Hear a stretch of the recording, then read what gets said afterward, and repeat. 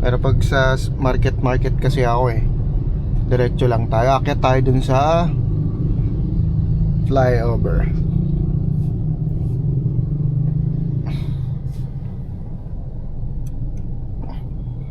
Honda City dapat kukunin ko. Kaso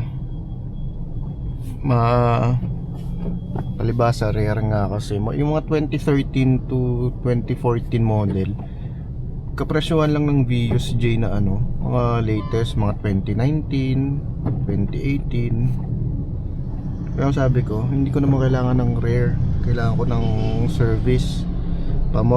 Kailangan ng pamorma, kasi kung forma, madali naman forma ng mga sakyan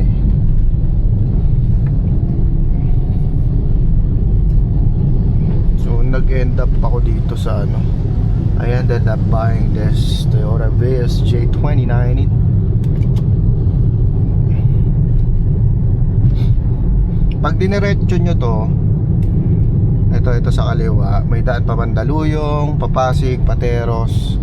Pero dito tayo sa kanan, because we're going to market.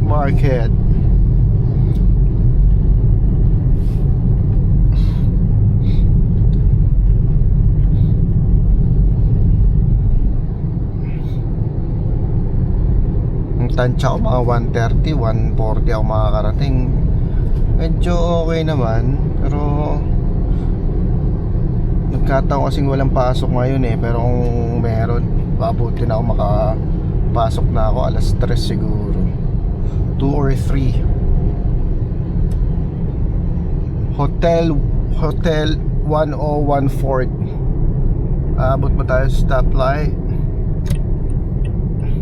I guess so. Okay. Yung daan doon na yun, doon din ang daan doon. Ang labas, may lusutan din doon. Pag andito kayo sa BGC, di ba nagte-trending ngayon yung mga signage. Kasi dati naman talaga bawal na yung no right turn or no left turn sa red signal. Sa mga intersection, bawal na talaga yan dati. Kasi nga, di ba siya nasasaktuhan lagi sa stoplight na open naman yung pakanan, open yung pakaliwa. Kaya hindi consistent yung huli dito. Ngayon in-implement na nila. Kaya pag may bumusina sa inyo na binabaran kayo, hayaan nyo siya. Sabihin mo, ikaw ba